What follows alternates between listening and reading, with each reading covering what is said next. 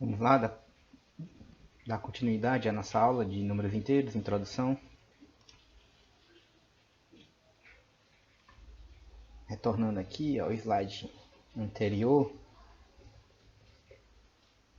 onde os números inteiros estão por toda parte. Nós vemos que estão na temperatura, lucro, prejuízo, altura, profundidade, sentido geográfico, leste, oeste, norte, sul e muito mais.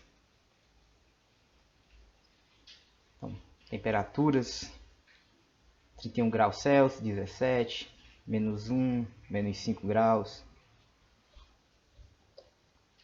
A temperatura de 17 graus acima de zero é indicada pelo número 17 ou 17 sem o sinal. Essas duas representações estão corretas para o número positivo. Agora, a temperatura de 5 graus abaixo de zero é indicada pelo número menos 5. Então, você só vai entender que o número é negativo se tiver o sinal de menos. Aqui, a nossa unidade de medida de temperatura, nós utilizamos no Brasil, é a questão da unidade do grau Celsius.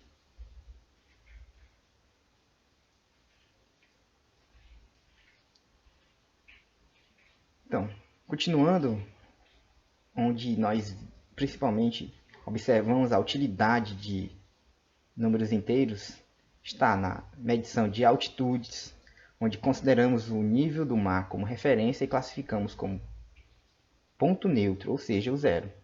As altitudes positivas, que são consideradas acima do nível do mar, e negativas, situadas abaixo do nível do mar. Aqui nos mostra a posição do barco,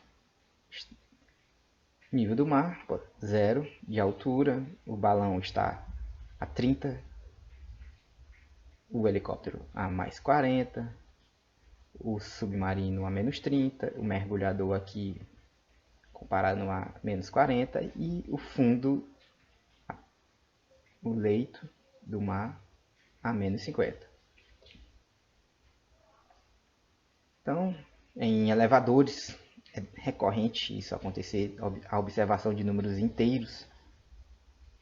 Você vai observar que se um elevador tiver subterrâneo ou subsolo, o primeiro andar abaixo do térreo é o menos 1, o segundo andar menos 2, o térreo é o 0, onde não há altura, e assim por diante, 1, 2, 3, 4, 8, positivo e negativo. Eu queria fazer uma ressalva, uma questão importante aqui, sobre temperatura. Há uma grande dificuldade entre os alunos, principalmente de sexto ano, em compreender as questões de temperatura. Esse gráfico mostra aqui as comparações. Os métodos de medição utilizados é o Fahrenheit, o Celsius e o Kelvin.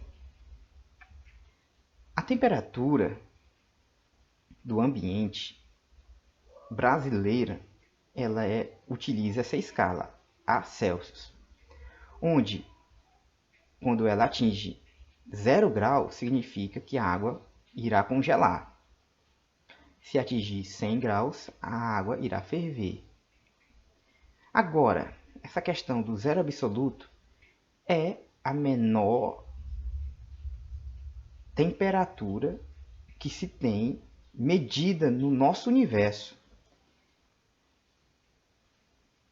A menos 273 graus foi a menor temperatura já observada no universo. Na Terra não chega a esse ponto, mas no universo a menor temperatura registrada no universo cósmico foi menos 273 graus. Por isso que chamamos de zero absoluto, porque não há nenhuma temperatura abaixo disso. E a escala Kelvin, ela não usa números negativos para representar. Ela chama essa temperatura de zero absoluto de 0 Kelvin. O ponto de congelamento é a 273 Kelvin. E a de ebulição ou de fervura é a 373 Kelvin. Então, só para você compreender, quando você estiver estudando um pouco de física, química, essas questões da escalas de medições de temperatura no nosso planeta. Bom, queria que você pudesse dar pausa, ler essas considerações que eu coloquei a respeito de temperatura e as 3 unidades utilizadas, Kelvin, Celsius e Fahrenheit, utilizadas pelos cientistas.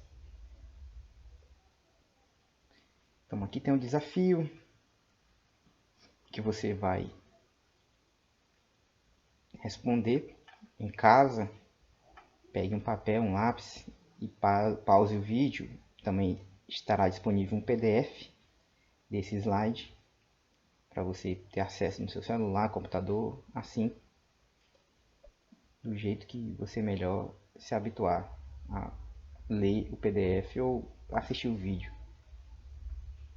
Então, aqui é um exemplo de situação do cotidiano que existe a utilização de números inteiros. Questões de um extrato bancário aqui, onde você tem um crédito, que é um valor positivo de 1.200. Então, aqui a coluna dos débitos, negativo, e aqui a coluna dos créditos, positivos. O intuito é que você descubra essas posições aqui, essas marcações que estão faltando números, e você vai descobrir os valores. E o final, você vai descobrir o saldo final nessa data.